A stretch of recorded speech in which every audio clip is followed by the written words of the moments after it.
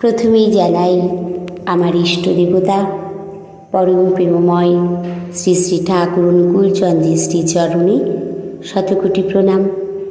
পরমারাধ্যা জগজ্জননী শ্রী শ্রী বড়মার শ্রীচরণে শতকোটি প্রণাম। পরম পূজ্যপাদ শ্রী শ্রী বরদার শ্রীচরণে শতকোটি প্রণাম। পরম পূজ্যপাদ শ্রী শ্রী আচার্য দেবের শ্রীচরণে শতকোটি প্রণাম। আমার সকল ভাই এবং বোনেদের জানাই জয়গুরু ও ভালোবাসা। আমি শ্যামলী দেবনাথ। আমি শুরু করছি ইষ্ট প্রসঙ্গ আলোচনা। লোকশিক্ষার জন্য শ্রী শ্রী ঠাকুর এক একটি বিষয় নিয়ে কতভাবে বলেছেন, বুঝিয়েছেন। অনেক সময় তিনি এমন এক একটি চলিত শ্লোক ব্যবহার করেছেন যার ভিতর দিয়ে তার বক্তব্য সরল হয়ে উঠেছে, আর যাকে বলছেন তার বোধও স্বচ্ছ হয়েছে। আজ বলবো তেমনই একটি ঘটনা। একদিন এক ভক্ত ঝুড়িতে করে কিছু আনাজপাতি নিয়ে এসেছে শ্রী শ্রী ঠাকুরের জন্য। সেই আনাজপাতির ঝুড়িটি তিনি কাপড় দিয়ে ঢেকে এনেছিলেন।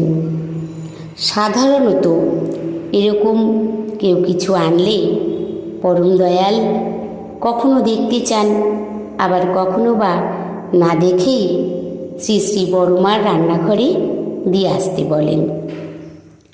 যাকে যেমন বলেন সে তাই করে। কিন্তু এই ভক্তটি আনাজপাতি আনার পর ঠাকুর শোনার পর সে কথা তিনি সেই ভক্তটিকে বললেন শ্রী শ্রী বড়মার কাছে দিয়ে আসতে। ঠাকুরের এই কথা শুনে ভক্তটির মনটা যেন খুশি হলো না। সে ভাবছে আর কি যে ঠাকুর একটু দেখবেন না আমি কি এনেছি, কতটা এনেছি। সে বলেই ফেলল, আপনাকে একটু দেখিয়ে নি। সেখানে উপস্থিত সেবকবৃন্দ তারা যখন দেখলো যে ঠাকুর বলার পরেও সেই দাদাটি এমন করছে, তখন তারা বলেই ফেলল, ঠাকুর তো বললেন বড়মার কাছে দিয়ে আসতে, আবার দেখার কি আছে। ভক্তটি অনিচ্ছা সত্ত্বেও ঝুড়িটি মাথায় তুলছে। তখন দয়াল আমার মুচকি হেসে তার দিকে তাকিয়ে বললেন, ঢাকে ঢোলে করলে পূজা, অহংকার হয় মনে মনে, চুপি সারে করবে পূজা, জানবে না কো জগজ্জনে। ভক্তটির মনের কোণে যে অহংকারের কালো মেঘ জমে উঠেছিল তা দয়াল ঠাকুরের অবিদিত ছিল না।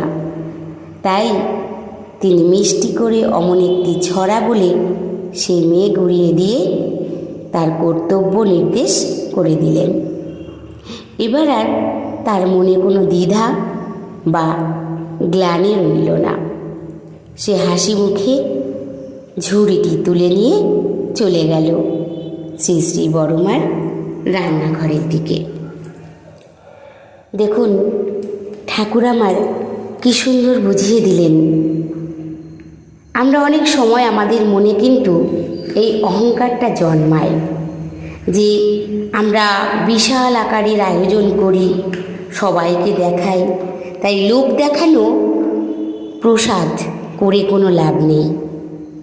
আমার সামর্থ্য অনুযায়ী আমি করব, আমার পরম দয়ালের জন্য আমি করব।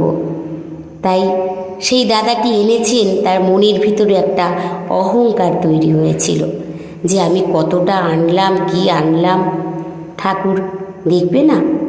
তাই ঠাকুর সেই ছড়াটি বলে সেই দাদাটির মনের গ্লানি দূর করে দিলেন। কত সুন্দরভাবে তিনি বুঝিয়ে দিলেন। পরম পূজ্যপাদ শ্রী শ্রী দাদা বলেছেন, ঠাকুর যেমনভাবে চলতে বলেছেন সেভাবে আপনারা চলুন এবং সবাইকে চালান। এই চলতে চলতে পৃথিবী একদিন স্বর্গ হয়ে উঠবে। ফাঁকি দেবেন না, ফাঁকিতে পড়বেন না, এমন যেন না হয়। অনেক করার পর মনে হলো এত তো করলাম, আমার লাভ কি হলো? ফাঁকি দিলেই প্রতারণায় পড়তে হবে। ফাঁকি না দিয়ে চলতে থাকুন, পরম ঐশ্বর্যের অধিকারী হয়ে উঠুন। যে ভক্ত সে সহজভাবে ভালোবেসে সেবায় তপশ্চর্যায় নিজের ইষ্ট দেবতাকে তুষ্ট করে ঈশ্বর বোধ লাভ করে, তার ঈশ্বর দর্শন হয়, পরম জ্ঞানের অধিকারী হয়ে ওঠে। তাকে পরিপূরণ করে চলার ধান্দায় চললে পরে জীবনী শক্তি বৃদ্ধি পায়, আনন্দ হয়, লক্ষ্য বাস্তবায়িত হয়। তাই আসুন আমরা তাকে পরিপূরণ করে চলব। সকল সময় আমাদের মনে যেন অহং কাজ না করে। আমরা কাকে দিয়ে কাকে দান করব? আমরা যেটা দিচ্ছি সেটা তো তারই দেওয়া। তাই মনের ভেতরে আত্ম অহংকারটি না এনে ঠাকুরকে নিজের ভেবে ভালোবেসে যতটুকু পারব আমরা ততটুকু করার চেষ্টা করব। অনেকেই আছে যারা একদম ঠাকুরের বেলায় কৃপণ সাজে, এমনও আছে, কিন্তু এটা ঠিক নয়। যার দয়ায় আমি পৃথিবীর আলো দেখেছি, যার দ্বারা আমি এখনো বেঁচে আছি, তাই তার জন্যই সব। তিনি সব কিছুরই মালিক। তাকে আমরা কি দেব? তাই তারটাই তাকে দেওয়া। দিতে পারি আমরা তাকে। তিনি আমাদেরকে দেওয়ার জন্য উজাড় করে বসে আছেন। তাই আসুন আমরা পরম দয়ালকে মাথায় করে নিয়ে চলব। সকল সময় ঠাকুরের নির্দেশিত পথগুলি যদি আমরা অনুসরণ করে চলি, আমাদের জীবনটা সুন্দর হয়ে উঠবেই উঠবে। কারণ আমরা যারা সৎসঙ্গী, আমরা প্রতিটি পদক্ষেপে বুঝতে পারি যে ঠাকুর আমাদের সঙ্গে সঙ্গে থাকেন।